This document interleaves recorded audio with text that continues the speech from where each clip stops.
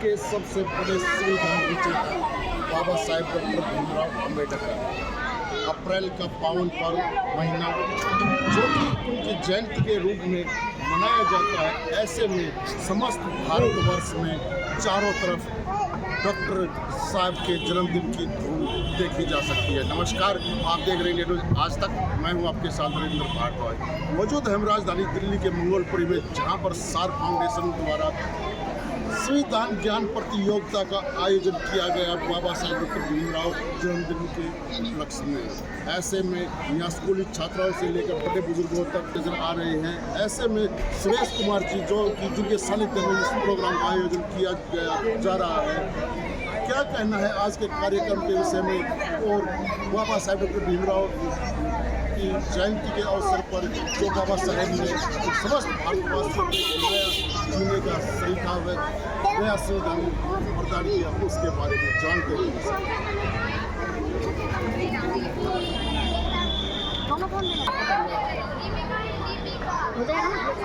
सुरेश जी, अप्रैल महीना पावन महीना डॉक्टर साहब के जन्मदिन के लिए मनाने का समस्त भारतवर्ष मनाता है, क्या कहना है? देखिए, डॉक्टर साहब भीमराव अम्बेडकर ये वो नाम है जो अपने आप में संघर्ष का एक प्रतीक है। ये वो नाम है जिन्होंने दुनिया की समस्त बाधाओं को लांघकर, चाहे उन्हें पारिवारिक बाधाएं आई हो, सामाजिक बाधाएं आई हो, या देश के स्तर पर बाधाएं आई हो, या चाहे जातिगत आधार पर छुआछूत की भावना उस दौरान में जब बाबा साहब B.R. अम्बेडकर जी स्कूलों में शिक्षा प्राप्त करने जाते थे तो बड़ी विडंबना का विषय है कि उन्हें क्लासरूम के बाहर बैठा दिया जाता था। लेकिन साथ साथ अप्रैल महीना, विशेष तौर पर 14 अप्रैल और 14 अप्रैल के बाद डॉक्टर साहब B.R. अम्बेडकर जी की जयंती को न सिर्फ दिल्ली, न सिर्फ देश, अपितु विश्व भर में मनाया जाता है। लेकिन हमें बाबा साहब भीमराव अम्बेडकर जी के नाम पर मात्र राजनीति नहीं करनी चाहिए। मात्र जय भीम जय भीम जय भीम करने से बात नहीं बनेगी, हमें ट्रेंड भी होना पड़ेगा। डॉक्टर साहब B.R. अम्बेडकर संघर्ष के बाद उन्होंने शिक्षा पहले प्राप्त की, उसके बाद वो मैदान में कूदे और उन्हें कोई ज़रूरत नहीं थी वैसे, क्योंकि उन्होंने इतनी उच्च शिक्षा प्राप्त कर ली थी कि देश के उस दौरान में ये कहूँ कि हुक्मरान जिनका देश पर वर्चस्व था, जिनका देश पर अधिकार था, उन्हें मजबूर होना पड़ा कि वो देश का संविधान लिखने की बागडोर उनके हाथ में सौंपें। और हम वो तुच्छ प्राणी हैं कि आज अगर हम अच्छे कपड़े पहनते हैं, आज हम शिक्षा प्राप्त कर लेते हैं, यदि आज हम लोग राजनीति कर लेते हैं, हम अपने घर परिवार चला लेते हैं, या आज जो भी हम रोजगार कर देते हैं, ये सब उस देवताओं के देवता, भगवानों के भगवान डॉक्टर B.R. अम्बेडकर जी की बदौलत। नहीं तो कोई समय ऐसा भी था कि हमारे लोगों को अपने बच्चों के नाम रखने का भी अधिकार नहीं था। यदि आप देखेंगे तो पहले के हमारे बुजुर्गों के जो नाम आपको मिलेंगे, लल्लन, पुत्तन, चुनुआ, पपुआ, लहसुनिया, पटुआ, चटुआ, कलुआ, अदुआ, पदुआ, ऐसे नाम मिलेंगे जिनमें बहुत ज़्यादा गरीब है, बहुत ज़्यादा शोषित है, पीड़ित है। और साथ साथ अगर हम अपनी बुजुर्ग महिलाओं के नाम देखेंगे तो नाम से ही पता लगेगा किसी बुजुर्ग महिला का नाम बादामी, असरफी, केला, संतरा, सेबो, गुलाबो, गुलाबी, बसंती, यानी नाम से ही ऐसा लगता था कि ये तो मात्र भोग करने की चीज़ें हैं। और उस दौरान के ग्रंथों में भी लिखा हुआ था कि मंगलम ब्राह्मणस्य सात क्षत्रियस्य बलन्वितम वैश्यस्य तु धन संयुक्तम शूद्रस्य तु जुगुनितम। यानी एक वर्ण व्यवस्था, जाति व्यवस्था के आधार पर जो उच्च वर्ग आता है, ब्राह्मण वर्ग, उसके नाम से ही पता लगेगा कि हाँ, ये जाति वर्ग में सबसे श्रेष्ठ है। उपाध्याय, झा साहब, ऐसे ऐसे नाम मिलेंगे, यानी कि मंगलम ब्राह्मण है, तो उसका नाम ही मंगलकारी होता था।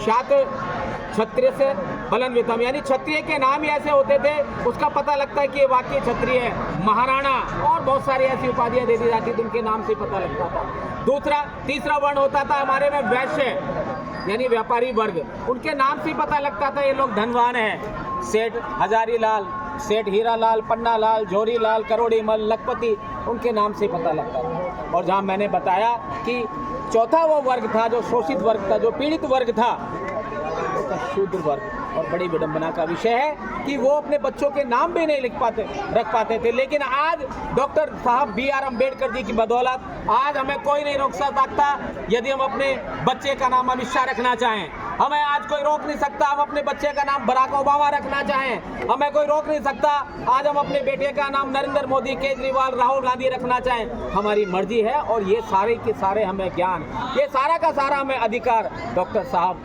B.R. अम्बेडकर जी द्वारा प्रदान किया। जय भीम।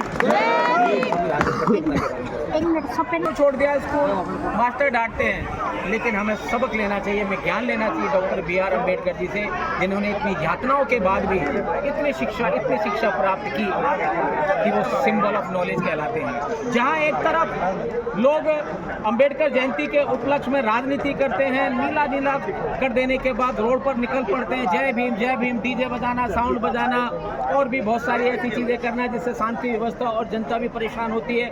हम ये चाहते हैं कि संविधान की नॉलेज तो लीजिए साहब। संविधान में लिखा है कि हमारे कौन कौन से मौलिक अधिकार हैं। संविधान में लिखा है कि यदि हमारे मौलिक अधिकारों का कोई हनन करता है तो हमें उन मौलिक अधिकारों की रक्षा करनी है। संविधान में यह लिखा है कि हमारे देश के वंचित क्या करना चाहिए। आज संविधान प्रतियोगिता आयोजित करने का जो हमारा मकसद था वो यही था कि हमारे छात्र, हमारे बच्चे उस संविधान को पढ़ें और वो देखें ये दुनिया के सबसे बड़े धर्म ग्रंथों से भी बढ़कर है। इसी में मौलिक अधिकार है, इसी में फंडामेंटल राइट्स, हमारे मौलिक अधिकार है, हमारे नीति निर्देश सिद्धांत है, राष्ट्रपति कैसे चुना जाता है, शक्तियों का विभाजन कैसे होता है, मौलिक अधिकारों का कोई हनन करता है तो उसमें न्यायपालिका की क्या भूमिका होती है। इन अधिकारों के बारे में जानना पड़ेगा। अन्यथा होता है कि हमारी मंगोलपुरी, सुल्तानपुरी जैसी जे कॉलोनियों में रहने वाले बच्चे ही नहीं, नौजवानों को भी, बुजुर्गों को भी जरा सी बातों पर परेशान कर दिया जाता है। लेकिन यदि बच्चा कानून जानता होगा, यदि बच्चा संविधान को जानता होगा, यदि वो व्यक्ति अपने अधिकारों को जानता होगा, जो अधिकार बाबा साहब ने दिए, मैं निश्चित तौर पे कह सकता हूँ कि उसका कभी शोषण नहीं हो सकता। तो मैं सभी से निवेदन करता हूँ, खुद भी आप संविधान पढ़िए, मैंने भी, आज मैं 50 साल की उम्र का हूँ, मैं आज भी पढ़ रहा हूँ। ऐसा नहीं कि पढ़ने लिखने के बाद मुझे कोई नौकरी करनी है, नोट कमाने हैं, लेकिन इतना तो ज़रूर है, इस बेबाकी से, जैसे मैं बोल रहा हूँ, ऐसी बेबाकी से अपने अधिकारों की रक्षा भी कर सकता हूँ और ना सिर्फ अपने अधिकारों की, अपितु मेरे आसपास के मेरे जितने भी परिचित लोग हैं, मैं उनके भी अधिकारों की रक्षा कर सकता हूँ। And this is all because of constitution which has been written by one and only doctor B.R. Ambedkar. आज के प्रोग्राम से नाम बता दें परिचय।